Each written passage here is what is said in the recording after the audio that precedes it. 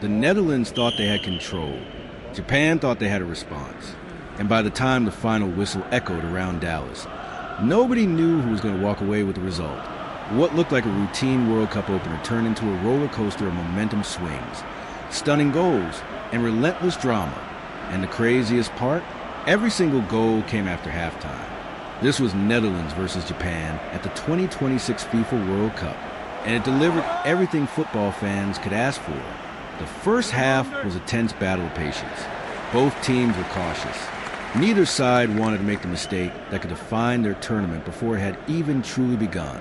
The Netherlands controlled possession for long stretches, tried to stretch Japan's defensive shape and create openings through their movement. Japan, meanwhile, looked comfortable absorbing pressure and waiting for opportunities to strike on the counterattack. Every challenge felt important.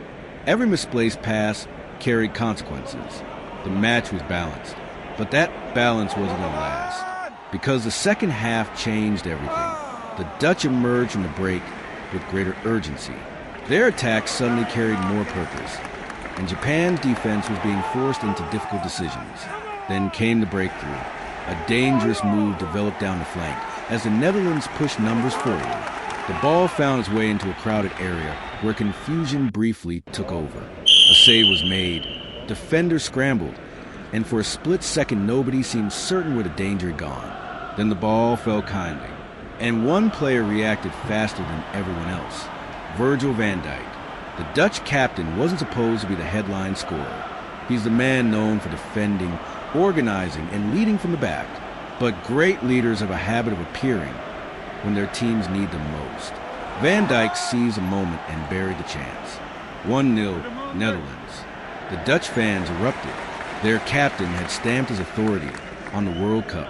At that moment, it felt like the perfect start. But Japan had other ideas. What makes Japan such a dangerous tournament team is their refusal to panic. They don't abandon their game plan. They don't lose belief after setbacks.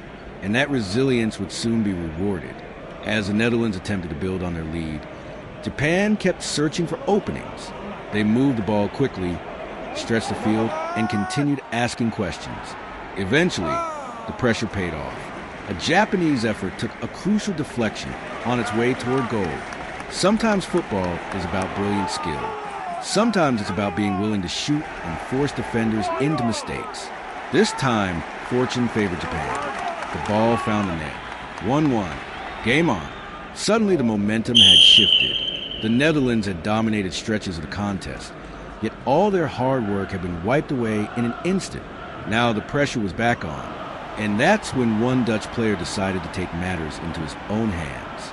Crescencio Somerville had been a constant threat, testing defenders with his pace and direct running. Every time he received possession, there was a feeling that something might happen. Then it did.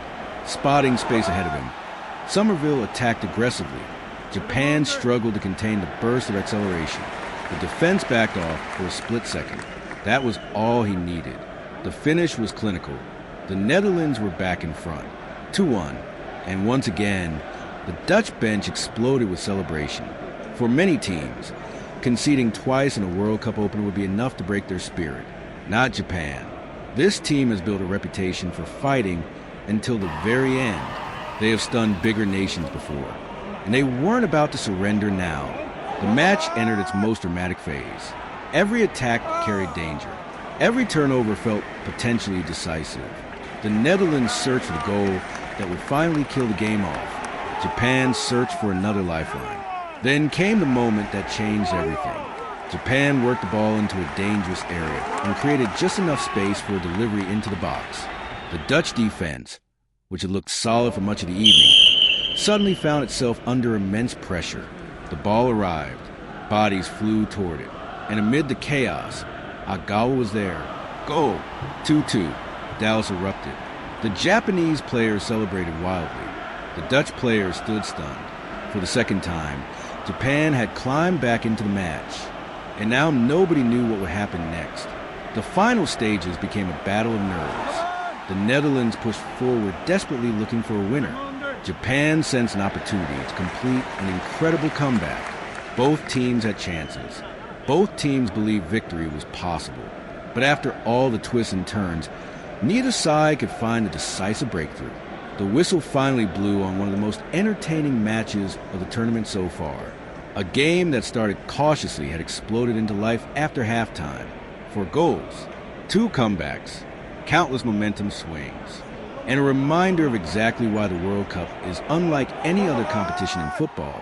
For the Netherlands, there were positives and concerns. Their attacking quality created opportunities, and players stepped up in important moments. But surrendering the lead twice will leave questions that must be answered before their next match. For Japan, this felt like a statement. They showed resilience, belief, and the ability to respond under pressure. Against one of football's traditional powerhouses, they refused to back down. In the end, the scoreline read 2-2, but the story was much bigger than the result. It was a match about resilience versus control, belief versus pressure, and 2 teams that refused to quit. Now we want to hear from you. What was the biggest moment of the match? Did the correct team win, or did one side deserve more? And what should happen next for both the Netherlands and Japan in this World Cup campaign? Let us know in the comments below.